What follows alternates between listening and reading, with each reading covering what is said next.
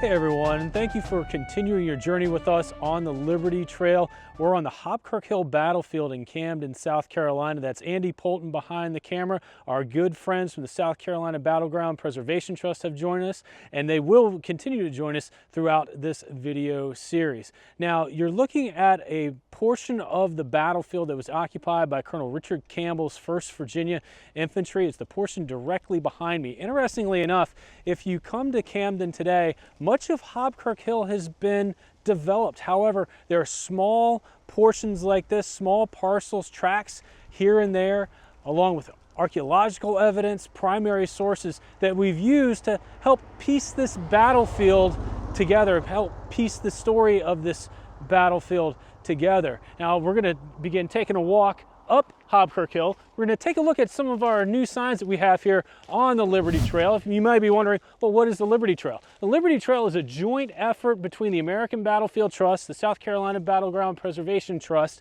and other partners in South Carolina to preserve and interpret the battlefields from the American Revolution here that took place during the Southern Campaign, really 1779 up until 1781. And one of these battlefields, obviously, is right here. This is a battle that was fought on April 25th, 1781. But to really tell the whole story about Hobkirk Hill, you have to rewind just a little bit, and you have to go back to March 15th to talk about the Battle of Guilford Courthouse. It takes place outside of modern Greensboro, North Carolina.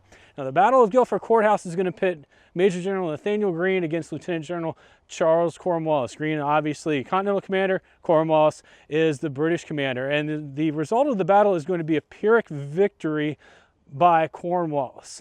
And what do I mean by Pyrrhic victory? A Pyrrhic victory is that, really, in a sense, Cornwallis was able to tactically defeat Greene. He held the field at the end of the day, but Greene was able to get his army off the field, keep them intact, and inflict a high number of casualties on the British Army. In fact, the British Army is going to be absolutely devastated by Guilford Courthouse, by the month leading up to it, or the weeks leading up to it, a period known as the Race to the Dan. And Cornwallis is so devastated by Guilford Courthouse that he has to pull back from the area around Greensboro all the way down to the coast to Wilmington. It's a very long march. It's a very arduous march. I think it's about a 3-hour drive by car today, but the British Army is just in absolute desperate shape.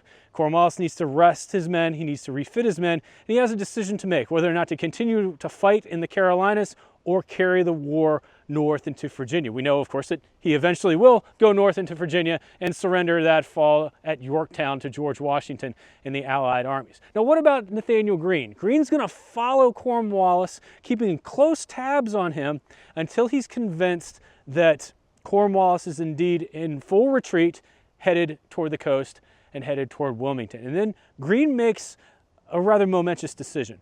Rather than follow Cornwallis to Wilmington, he decides he's going to come back into South Carolina. He's going to launch a campaign of reconquest, a war of posts.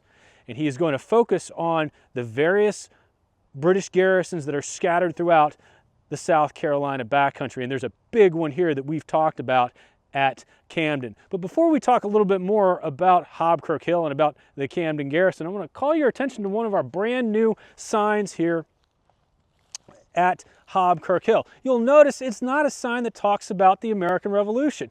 Camden, after the Civil War, becomes somewhat of a resort town. It's a very influential horse town today, but it becomes a resort town in the years after the Civil War and early into the 20th century. This is a vacation spot for many folks who don't want to brave the northern winters. They come down here to Camden and they establish themselves here during the winters. And the Kirkwood Hotel, named after Robert Kirkwood, who we're going to talk about in just a little bit, is going to be the main place where these folks from the north like to come. They like to spend the winters before heading back up north for this spring, summer, and fall. Now, I've talked a little bit more about the Kirkwood Hotel than I had anticipated. Let's continue the walk up Hobkirk Hill to keep talking about the American Revolution. Now, as I mentioned, Camden is one of the garrisons that the British established after the fall of Charleston in the spring of 1780 to support their operations as they moved from South Carolina up into North Carolina. Camden is a very heavily defended position. There's 6 redoubts protecting the garrison, along with the jail that they have fortified, a jail that we're going to visit, or we visited in one of our earlier videos. And Greene sets his sights on Camden. Camden is going to be his first target as he looks to reduce the British garrisons here in South Carolina and drive the British back toward the coast. Now, Greene is going to send, you see a wonderful image of Nathanael Greene here on one of, again, brand new interpretive signs that was placed here just several months ago. Greene is going to send a detachment ahead of the main army under the command of Captain Robert Kirkwood. Kirkwood, you can see in the painting here at the top of the sign, the banner image that was done by our good friend Dale Watson. I'd recommend anyone who's interested in historical art, check out Dale Watson's website. Great guy, great work that you'll see, in fact, throughout the Liberty Trail app and on our interpretive signs. Now, Kirkwood is going to take his Delaware company, very few in number. They've been reduced by the losses here at the battles of Camden, at Cowpens, at Guilford Courthouse. He's going to take them ahead of Greene's army to reconnoiter the British position. Kirkwood's going to engage elements or British pickets from the garrison commanded by Francis Lord Rawdon in the area known as Logtown today. Logtown was a series of cabins that stood roughly in the area where the modern Camden Archives and Museum is located today. Kirkwood is going to skirmish with those British troops. Greene's going to arrive on the field, and he's going to make the assessment that the garrison is too strong to attack by direct assault. So Greene decides he's going to try to wait out Rawdon. He's going to pull back here to the high ground at Hobkirk Hill, and he's also going to keep an eye on John Watson. John Watson is a British officer who's operating off to the south and east against Francis Marion, and Watson is really Rawdon's only hope for reinforcement. And once Greene has become convinced that Watson is not going to arrive and reinforce the garrison, Greene is going to sit tight. But Rawdon, however, he's not one for sitting tight. He decides, he's an aggressive officer, he's a veteran officer, he decides that he is going to launch an attack on the morning of April 25th, 1781. And to talk more about that attack, we're going to take you on a little drive around the neighborhoods of Camden, but we're really going to be driving over the Hobkirk Hill battlefield.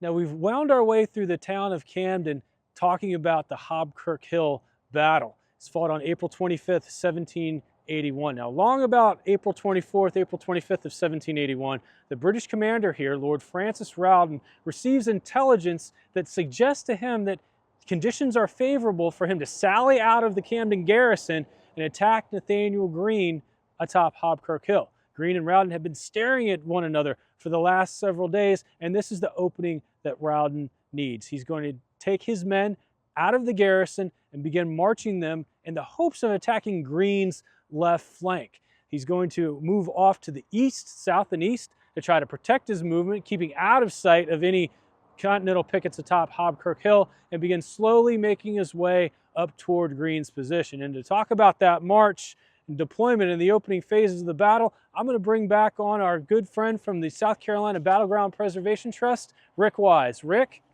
welcome back and take it away. Folks, Francis Lord Rawdon received that intelligence that Dan told you about. The intelligence came from a drummer boy who had deserted.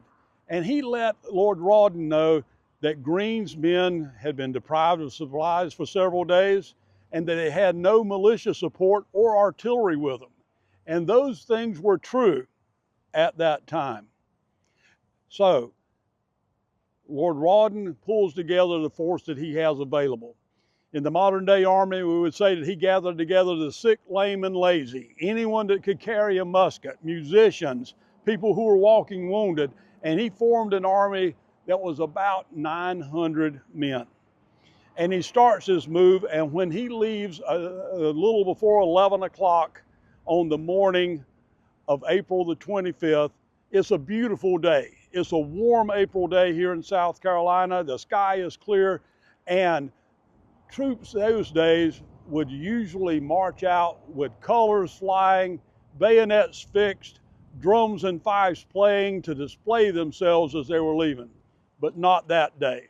On that day, the colors were cased, and they marched and actually went south, away from the Hobkirk Hill battlefield. And when they were outside of the town, then they cut in, and they used Little Pine Tree Creek and Big Pine Tree Creek as kind of the buffer, because they were going to try to make around Greene's left flank. Greene himself said that his left flank was protected by an impassable morass. Well, Rawdon was going to try to take advantage of that by coming from a direction that Greene didn't expect. He marched in 2 columns, and as he marched across, he got to approximately the location where we are now. And when he did, he actually intended to go 1 creek farther, but apparently his guide got a little bit misoriented. And when he did, what he did is he turned in a creek too soon. Instead of being immediately on Greene's left flank, he was about a half mile in front of where the fortification, or where Greene's line was. In the process of doing that, he begins to deploy here. And so he is going to echelon his troops from column of march to be able to come out and go up to meet Greene's line. In doing that, he is going to make contact with Greene's pickets, men who were from Robert Kirkwood's Delaware troops, and also from Captain Perry Benson's Continental troops. They make contact, and that contact is going to inform Greene that something is coming. And now we're going to do to a different part of the battlefield to talk about the rest of it.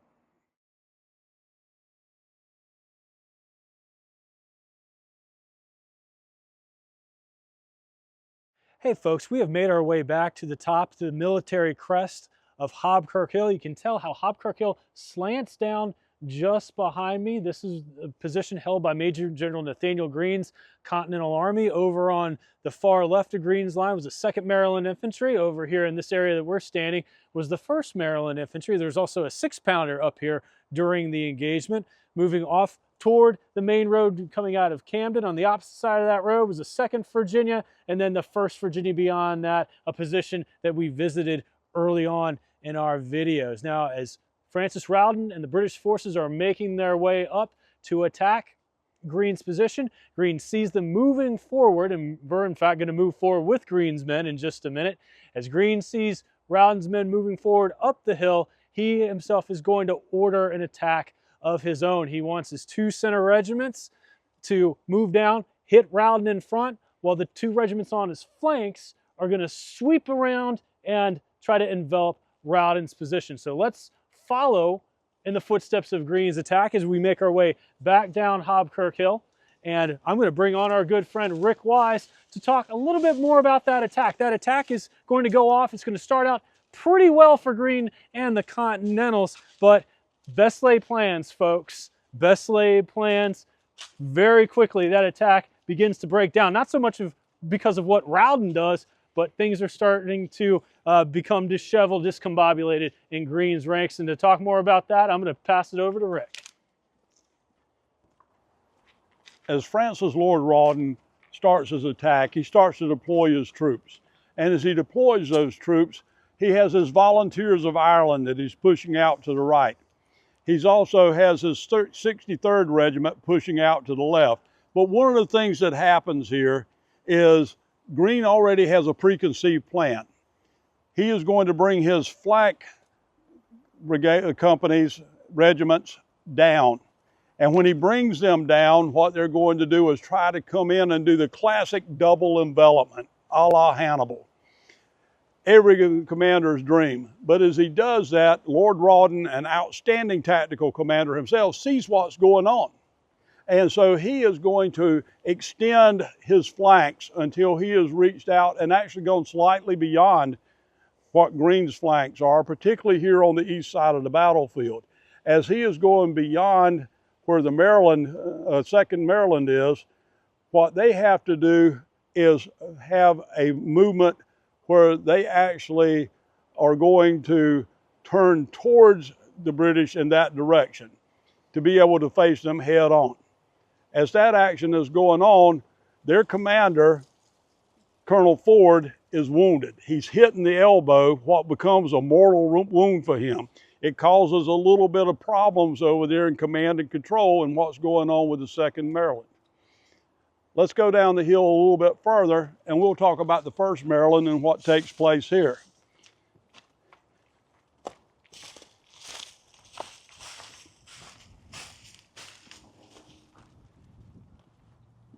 As we come across, we look down to our west over towards what would be the flank of the 2nd Virginia.